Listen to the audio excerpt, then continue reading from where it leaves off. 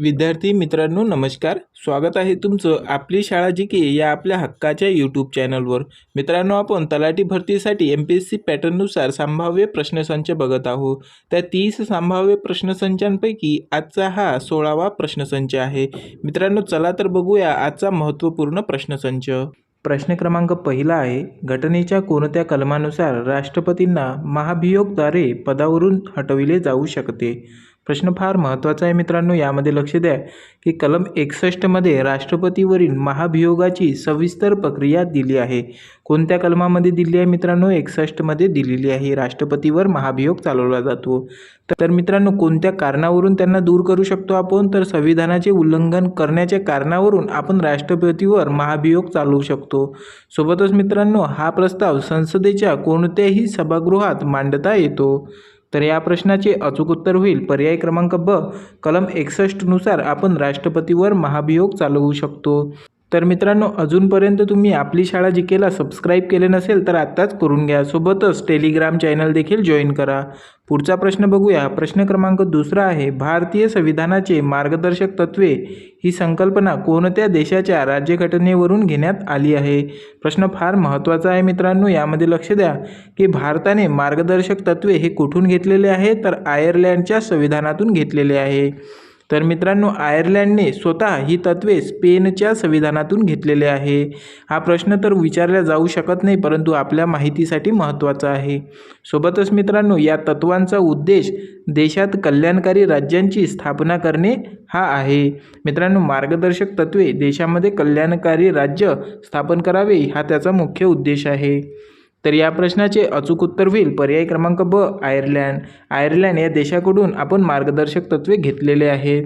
मित्रांनो, एक महत्त्वाची अपडेट आहे, जी आदिवासी विकास भरती होणार होती. 11 तारखेपासून आपले पेपर स्टार्ट होणार होते मित्रांनो. ते पेपर आता काही कारणास्तव रद्द करण्यात आलेला आहे. मित्रांनो, MPSCच्या परीक्षेच्या तारखांमुळे मुलांनी कार्यालयामध्ये अर्ज केलेला आहे की आमची परीक्षा थोडी लेट घ्या, त्यामुळे ही परीक्षा लेट गेलेली आहे. पुढचा टाइम टेबल जेव्हा येईल मित्रांनो, तेव्हा लगेच आपण आपल्या टेलिग्राम चॅनलवर याची अपडेट देऊया. ठीक आहे मित्रांनो. पुढचा प्रश्न बघूया. प्रश्न क्रमांक तिसरा आहे, महत्त्वाचा प्रश्न आहे मित्रांनो. लोकसभेचे पहिले सभापती खालीलपैकी कोण होते? मित्रांनो, हा प्रश्न खूप महत्त्वाचा आहे. यामध्ये लक्ष द्या की गणेश वासुदेव मावळणकर हे स्वतंत्र भारताच्या लोकसभेचे पहिले सभापती होते.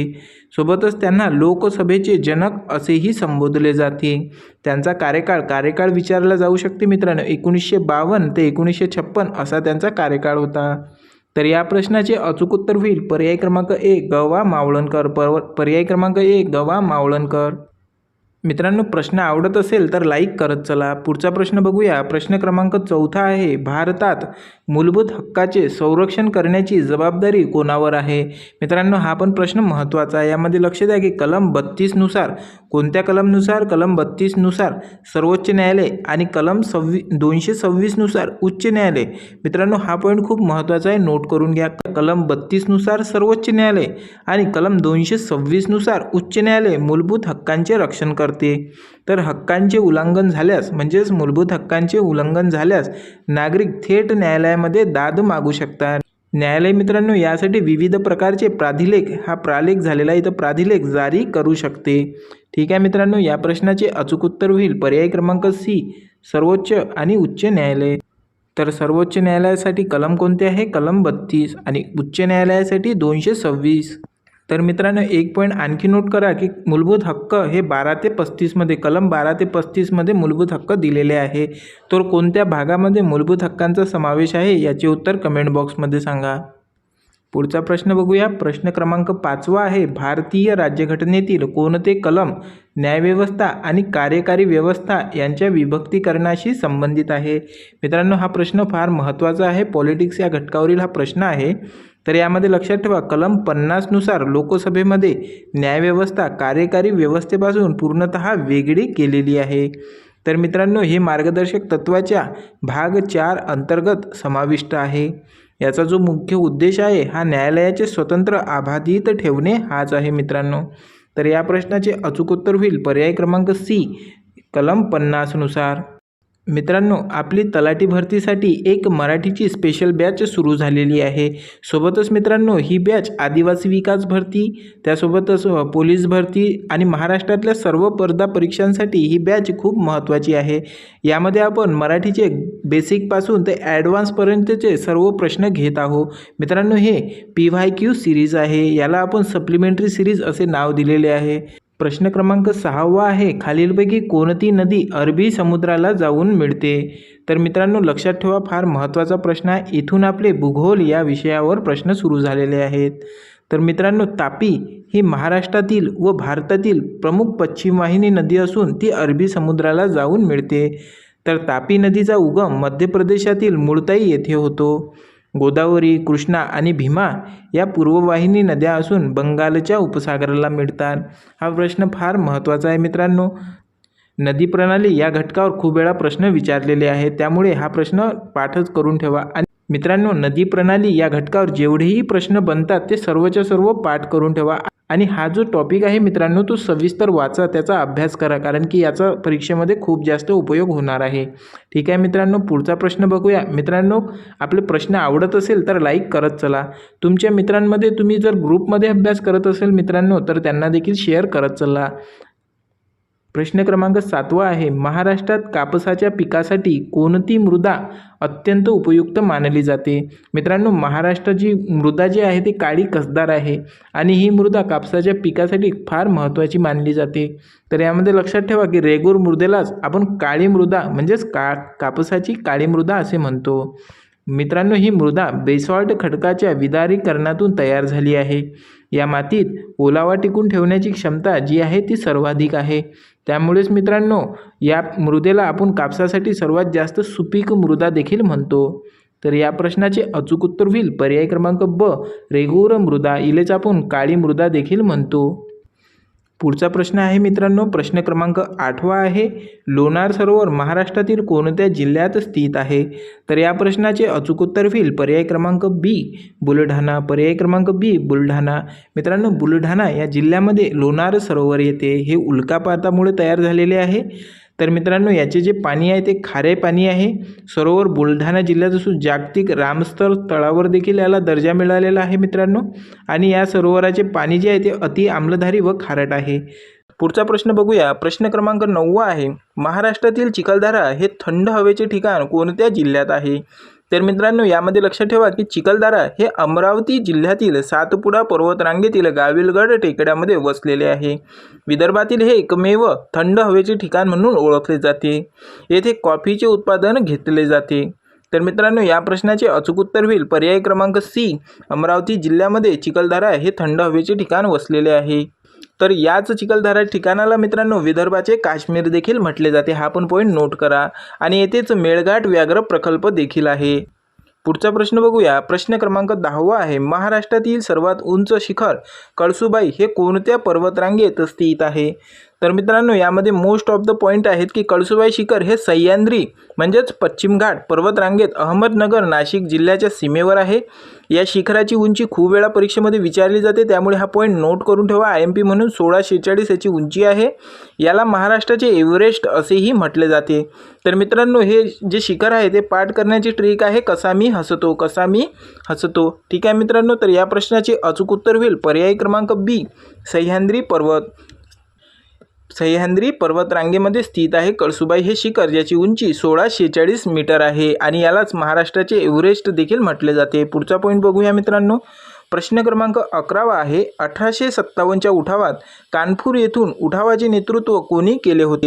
तर यामध्ये लक्षात ठेवा मित्रांनो की कानपूर येथून नानासाहेब पेशवे यांचे सेनापती तात्या टोपे यांनी उठावाचे नेतृत्व केले.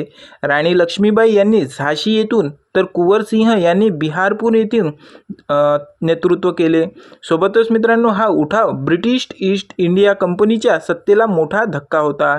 तर या प्रश्नाचे अचूक उत्तर होईल पर्याय क्रमांक बी, नानासाहेब पेशवे यांनी 1857च्या उठावात कानपूर येथून उठावाचे नेतृत्व केले होते.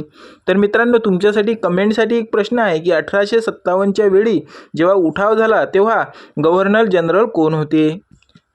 प्रश्न क्रमांक 12 आहे, भारतात आधुनिक शिक्षणाचा पाया घालणारा वुड्सचा खलिता कोणत्या वर्षी जाहीर झाला? प्रश्न फार महत्त्वाचा आहे मित्रांनो. यामध्ये लक्ष द्या की 1854च्या खलित्याला भारतीय इंग्रजी शिक्षणाचा मॅग्ना कार्टा मानले जाते. या शिफारसीनुसार 1857मध्ये मुंबई, कलकत्ता आणि मद्रास येथे विद्यापीठाची स्थापना झाली. कधी झाली मित्रांनो? 1857मध्ये. तर मित्रांनो, जोडा लावामध्ये खूप वेळा अशा प्रकारचे प्रश्न विचारले जाते. सोबतच लॉर्ड डलहौसीच्या काळात हा खलिता सादर करण्यात आला होता. तर मित्रांनो, मी जेव्हा तुम्हाला असे सांगतो की हा प्रश्न अशा प्रकारे आलेला होता, सोबतच जोड्या लावामध्ये आलेला होता. 1854मध्ये वुड्सचा खलिता जाहीर झाला. ठीक आहे मित्रांनो, पुढचा प्रश्न बघूया. प्रश्न क्रमांक 13 आहे, महात्मा ज्योतिराव फुले यांनी गुलामगिरी हा प्रसिद्ध ग्रंथ कोणाला समर्पित केला? हा देखील प्रश्न फार महत्त्वाचा आहे मित्रांनो. खूप वेळा हा प्रश्न आपण बघितलेला आहे. तर कमेंट बॉक्समध्ये सांगा या प्रश्नाचे उत्तर काय होईल. हा ग्रंथ 1873मध्ये लिहिला गेला असून अमेरिकेतील गुलामगिरी नष्ट करणाऱ्या कृष्णवर्गीय चळवळीला समर्पित केला. या पुस्तकाद्वारे त्यांनी सामाजिक विषमतेवर तीव्र प्रहार केला. हा ग्रंथ मराठी आणि इंग्रजी या हाच ग्रंथ मित्रांनो मराठी आणि इंग्रजी या दोन्ही भाषेत महत्त्वपूर्ण ठरला. तर या प्रश्नाचे उत्तर तुम्हीच कमेंट बॉक्समध्ये सांगा की काय होईल. आपण पुढचा प्रश्न बघूया. प्रश्न क्रमांक 14 आहे, राष्ट्रसंत तुकडोजी महाराज यांनी खालीलपैकी कोणता प्रसिद्ध ग्रंथ लिहिला? तर मित्रांनो, यामध्ये खूप महत्त्वाचा पॉईंट आहे की राष्ट्रसंत तुकडोजी महाराजांनी ग्रामीण भागाच्या विकासासाठी ग्रामगीता हा प्रसिद्ध ग्रंथ लिहिला. सोबतच त्यांनी खंजिरी भजनाच्या माध्यमातून अंधश्रद्धा निर्मूलन आणि स्वच्छतेला संदेश दिला. आणि मित्रांनो, त्यांचे जे मूळ नाव होते ते माणिक बंडूजी इंगळे हे होते. खूप वेळा परीक्षेमध्ये विचारलेले आहे की राष्ट्रसंत तुकडोजी महाराज यांचे नाव काय आहे? तर त्यांचे नाव होते मित्रांनो माणिक बंडोजी इंगळे. सोबतच मित्रांनो, आपल्या अमरावतीमध्ये आणि महाराष्ट्रामध्ये प्रसिद्ध असले. तर मित्रांनो, या प्रश्नाचे अचूक उत्तर होईल पर्याय क्रमांक बी, ग्रामगीता. ग्रामगीता हा मित्रांनो, या प्रश्नाचे योग्य उत्तर होईल ग्रामगीता. पर्याय क्रमांक बी, ग्रामगीता. ग्रामगीता हा ग्रंथ तुकडोजी महाराज यांनी लिहिलेला आहे. पुढचा प्रश्न बघूया मित्रांनो. प्रश्न क्रमांक 15 आहे, छत्रपती शिवाजी महाराजांचा राज्याभिषेक 6 जून तारीख खूप महत्त्वाची आहे मित्रांनो. 6 जून 1674 रोजी कोणत्या किल्ल्यावर झाला? तर यामध्ये लक्षात ठेवा, गागा भट्ट या विद्वानाने राजगडावर छत्रपती शिवाजी महाराजांचा राज्याभिषेक केला होता. या सोहळ्यानंतर महाराजांनी छत्रपती ही पदवी धारण केली आणि राज्याभिषेक सुरू केला. सोबत मित्रांनो, राजगड ही स्वराज्याची पहिली अधिकृत राजधानी होती. हा प्रश्न पण महत्त्वाचा आहे. तर मित्रांनो, या प्रश्नाचे अचूक उत्तर होईल पर्याय क्रमांक ए, रायगड. रायगड याच किल्ल्यावर छत्रपती शिवाजी महाराजांचा राज्याभिषेक झाला. कधी झाला? 6 जून 1674 या दिवशी झाला. तारीख खूप महत्त्वाची आहे. पुढचा प्रश्न बघूया. प्रश्न क्रमांक 16 आहे मित्रांनो, भारतात नियोजन आयोगाची जागा घेणाऱ्या नीती आयोगाची स्थापना कधी झाली? प्रश्न फार महत्त्वाचा आहे. यामध्ये लक्षात ठेवा की नीती आयोगाचे अध्यक्ष देशाचे पंतप्रधान असतात. नीतीचा फुल फॉर्म जो आहे तो national institute of transforming India असा आहे. आणि सोबतच हा आयोग केंद्र सरकारचा थिंक टँक म्हणून काम पाहतो. तर या प्रश्नाचे अचूक उत्तर होईल पर्याय क्रमांक बी, 1 जानेवारी 2015 या दिवशी झाला. पहिले याचे नाव होते नियोजन आयोग, नंतर झाले नीती आयोग. ठीक आहे मित्रांनो. पुढचा प्रश्न क्रमांक 17 आहे, किंमती वाढल्यामुळे पैशाची खरेदी शक्ती कमी होण्याच्या आर्थिक स्थितीला काय म्हणतात? अर्थशास्त्र या विषयावरचे आपले हे प्रश्न आहेत मित्रांनो. तर यामध्ये लक्षात ठेवा की चलनवाढ महागाईमध्ये बाजाराची वस्तूंच्या किंमती सातत्याने वाढतात. यामुळे चलनाचे जे मूल्य आहे ते घटते आणि सर्वसामान्य ग्राहकांवर आर्थिक बोजा पडतो. पतनियंत्रणाद्वारे RBI महागाईवर नियंत्रण ठेवण्याचा प्रयत्न करते. तर या प्रश्नाचे अचूक उत्तर होईल पर्याय क्रमांक ए, चलनवाढ. चलनवाढ म्हणून ओळखले जाते. प्रश्न क्रमांक 18 आहे, भारतामध्ये चलनी नोटांवर किती भाषांमध्ये नोटांचे मूल्य लिहिलेले असते? तर मित्रांनो, हा प्रश्न फार महत्त्वाचा आहे. आपल्या जीवनाशी निगडित आहे. आपल्या दैनंदिन गरजा त्यामध्ये अवलंबून आहेत. तर हा प्रश्न खूप वेळा परीक्षेमध्ये येण्याची शक्यता असते. तर भारतीय नोटांच्या मागील बाजूस असलेल्या पॅनलवर 15 भाषा असतात. किती भाषा असतात मित्रांनो? 15 भाषा असतात. आणि समोर हिंदी व इंग्रजी अशा एकूणच 17 भाषा असतात. भारतीय चलनाला रुपया म्हणतात आणि त्यांचे रुपये हे चिन्ह 2010मध्ये खूप महत्त्वाचं आहे मित्रांनो. कधी बनवले गेले? 2010मध्ये स्वीकारण्यात आले. सोबतच मित्रांनो, ही चिन्ह डी उदयकुमार कोणी बनवले? तर डी उदयकुमार यांनी डिझाईन केले होते. ठीक आहे मित्रांनो. या प्रश्नाचे अचूक उत्तर होईल पर्याय क्रमांक बी, 17 भाषा. 17 भाषा. प्रश्न खूप महत्त्वाचे चालू आहे मित्रांनो, लाईक करत चला आपल्या क्लासला. पुढचा प्रश्न बघूया. प्रश्न क्रमांक 19 आहे. भारतातील हरित क्रांती प्रामुख्याने कोणत्या 2 पिकांच्या उत्पादनात यशस्वी ठरली? मित्रांनो, अजूनपर्यंत आपले टेलिग्राम चॅनल जॉईन केले नसेल तर आत्ताच जॉईन करून घ्या. त्यावर आपल्या सर्व क्लासची अपडेट दिली जाते आणि सोबतच मित्रांनो परीक्षेची देखील अपडेट दिली जाते. तर मित्रांनो, या प्रश्नामध्ये बघूया आपण महत्त्वाचे पॉईंट. तर मित्रांनो, यामध्ये लक्षात ठेवा की 1960च्या दशकात भारतात उच्च उत्पादन देणाऱ्या बियाणे वापरल्यामुळे अन्नधान्य उत्पादनात प्रचंड वाढ होते. इथं प्रिंटिंग मिस्टेक झालेली आहे. बियाणे आहे उच्च उत्पादन देणारे बियाणे वापरल्यामुळे अन्नधान्यात प्रचंड वाढले आहे. त्यासोबतच भारतात डॉक्टर MS स्वामीनाथन यांना हरित क्रांतीचे जनक मानले जाते. हा पॉईंट खूप महत्त्वाचा आहे मित्रांनो. या पॉईंटवर खूप वेळा प्रश्न आलेले आहेत की भारतात हरित क्रांतीचे जनक कोणाला मानले जाते. तर त्या प्रश्नाचे अचूक उत्तर होईल मित्रांनो डॉक्टर MS स्वामीनाथन. ठीक आहे. त्यासोबतच एक पॉईंट आणखी नोट करून ठेवा की याचा सर्वाधिक जो फायदा आहे तो पंजाब, हरियाणा आणि पश्चिम उत्तर प्रदेशाला झाला आहे. तर या प्रश्नाचे अचूक उत्तर मित्रांनो पर्याय क्रमांक ब, गहू आणि तांदूळ. गहू आणि तांदूळ या उत्पादनासाठी हरित क्रांती खूप महत्त्वाची ठरली. प्रश्न क्रमांक 20 आहे. भारताची मध्यवर्ती बँक RBI म्हणजेच भारतीय रिझर्व्ह बँकचे राष्ट्रीयकरण कोणत्या वर्षी झाले? तर मित्रांनो, यामध्ये लक्षात ठेवा की 1 जानेवारी 1949 रोजी RBIचे पूर्णपणे सरकारी बँकेतून रूपांतर राष्ट्रीयकरणमध्ये करण्यात आले. सोबतच मित्रांनो, स्थापना होती याची 1 एप्रिल 1935 रोजी खाजगी बँक म्हणून हिची स्थापना झाली होती. RBIची जी स्थापना आहे खाजगी बँक म्हणून सर्वप्रथम 1 एप्रिल 1935ला झाली होती. त्यानंतर तिचे राष्ट्रीयकरण झाले होते 1 जानेवारी 1949 रोजी. सोबतच मित्रांनो, RBI देशाची चलनाची छपाई आणि पत नियंत्रण करण्याचे महत्त्वाचे कार्य करते. तर या प्रश्नाचे अचूक उत्तर होईल पर्याय क्रमांक सी 1949. पर्याय क्रमांक सी 1949 भारतीय रिझर्व्ह बँकेचे राष्ट्रीयकरण करण्यात आले.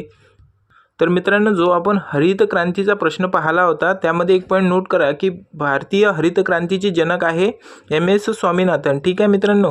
तर जागतिक पातळीवर हरित क्रांतीचे जनक आहे वर्गीस कुरियन.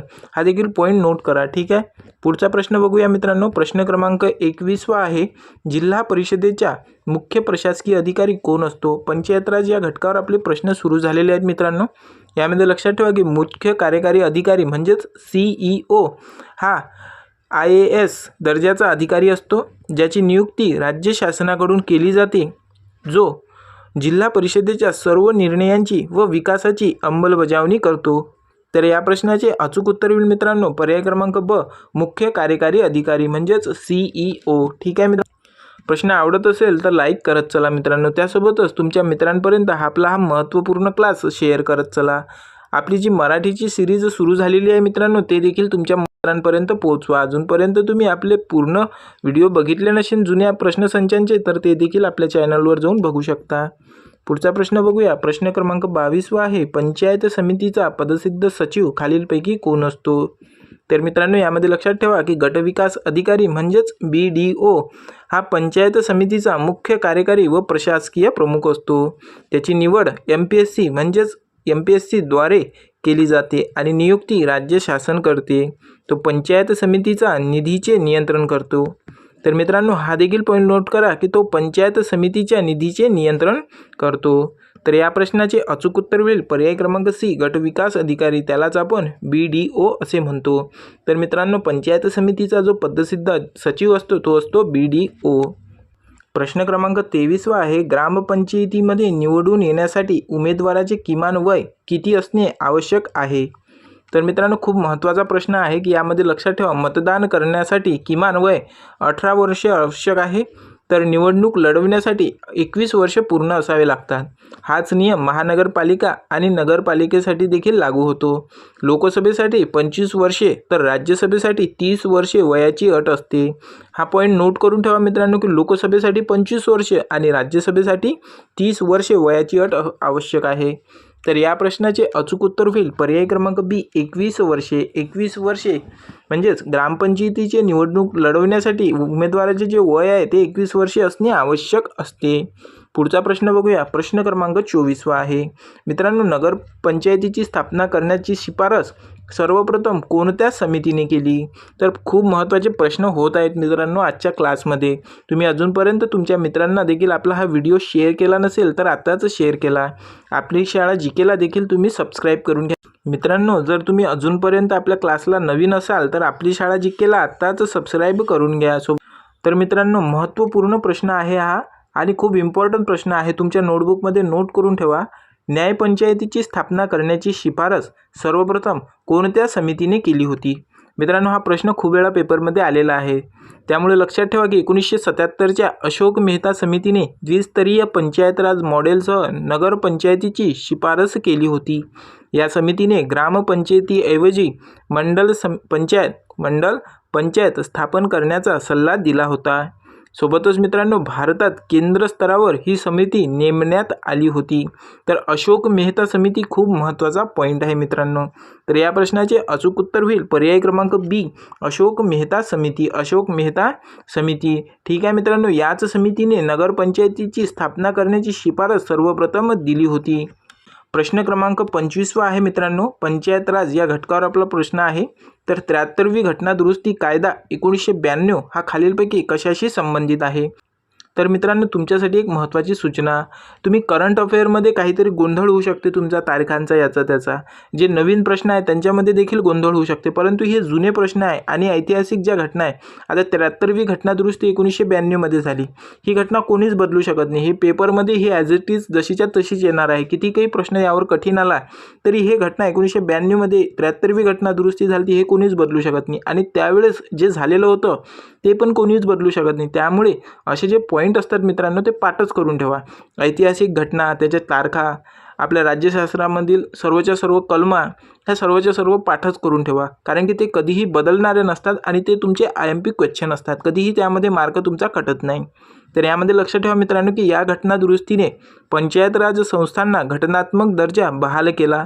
याद्वारे राज्यघटनेत भाग 9 आणि 11वे परिशिष्ट जोडण्यात आले.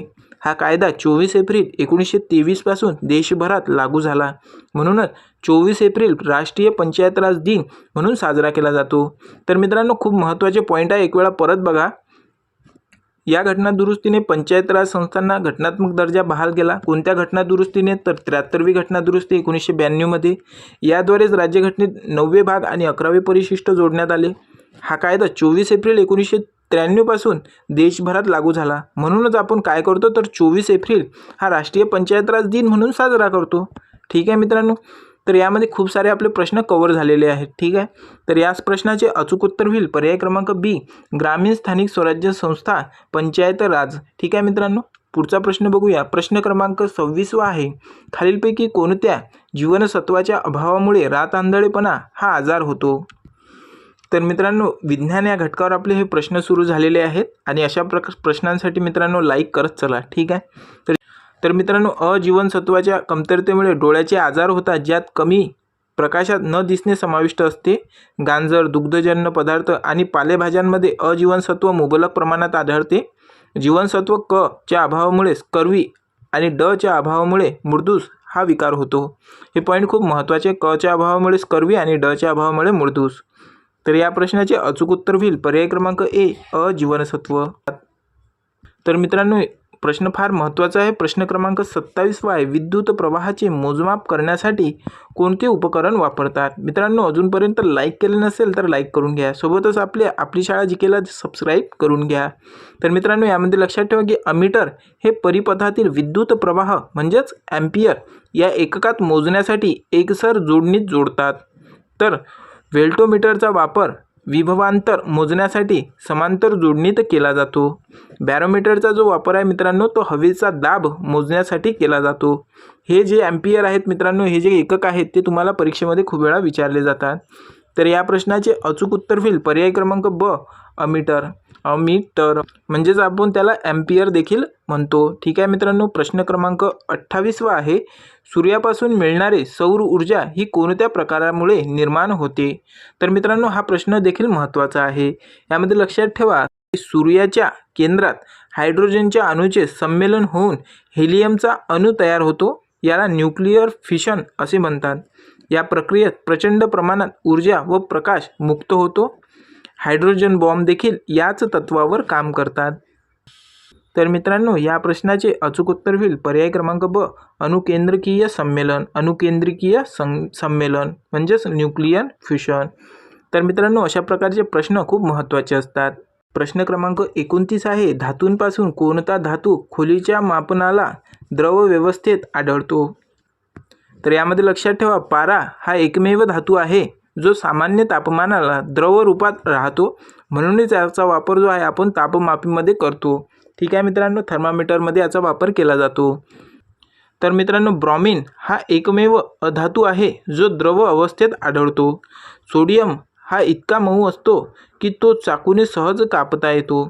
ठीक आहे मित्रांनो, तर या प्रश्नाचे अचूक उत्तर होईल पर्याय क्रमांक बी, पारा. मर्क्युरी. प्रश्न क्रमांक 30 आहे, मानवी शरीरातील सर्वात मोठी ग्रंथी कोणती आहे? तर यामध्ये लक्षात ठेवा मित्रांनो, यकृत ही मानवी शरीरातील सर्वात मोठी आणि महत्त्वाची रासायनिक ग्रंथी आहे. तर पित्तरस तयार करते. यामध्येच आपण जे यकृत आहे यामध्येच पित्तरस तयार होते, जे चरबीच्या पचनासाठी आवश्यक असते. मित्रांनो, यकृतांमध्ये पुनरुत्पादनाची क्षमता सर्वाधिक असते. तर याच प्रश्नाचे अचूक उत्तर होईल मित्रांनो.